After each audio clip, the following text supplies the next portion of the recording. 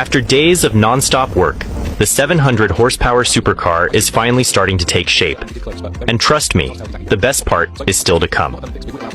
Let me know what you think. Drop your thoughts in the comments below. If you're loving the build, don't forget to like, share, and subscribe so you won't miss a single moment of this project. Thanks for watching, and I'll see you in the next